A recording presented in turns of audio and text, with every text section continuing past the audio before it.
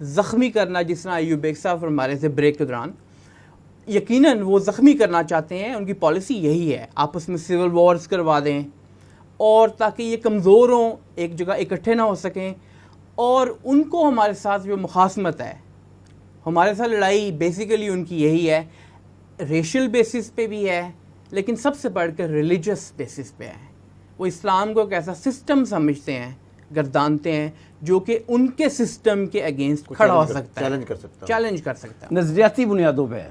ایک اسلام کا نظریاتی چیلنج ان کو درپیش ہے. جی. پاکستان پہ خاص فوکس اس کے نیوکلیئر اس کے پروجیکٹ کے حوالے سے بھی ہے.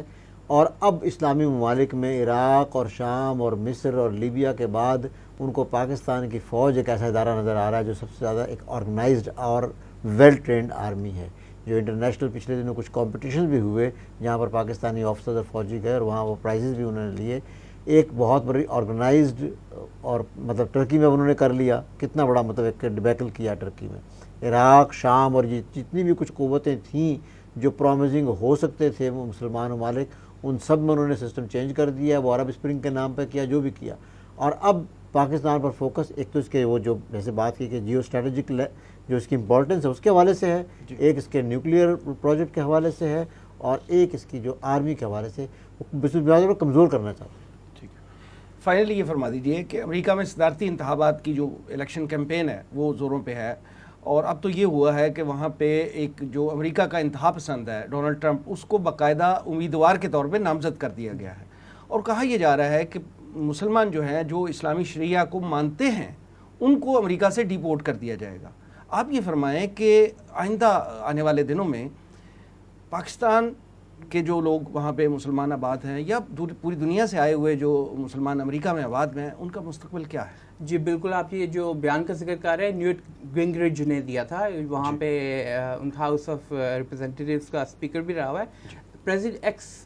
پریزیڈینشیل ریس میں بھی اس نے شرکت کی. بڑا اہم بیان ہے، بڑا اہم بیان ہے. اس نے یہ کہا ہے کہ اس مسلمان جو امریکہ میں رہتے ہیں ان کو ٹیسٹ کیا جائے، اگر وہ شریعہ میں بلیو کرتے ہیں تو پھر ان کو ڈیپورٹ کر دیا جائے. دیکھیے پہلے یہ ہوا کرتا تھا کہ اگر وہ شریعہ لا امپوز کرنے کی بات کرتے ہیں، اب اگر وہ شریعت کی کسی بھی حصے کو مانتے بھی ہیں تو وہ ہمارے ساتھ انکانگروٹی رہ نہیں سکتے. پھر اب ان کو ڈیپورٹ کریں وہاں سے.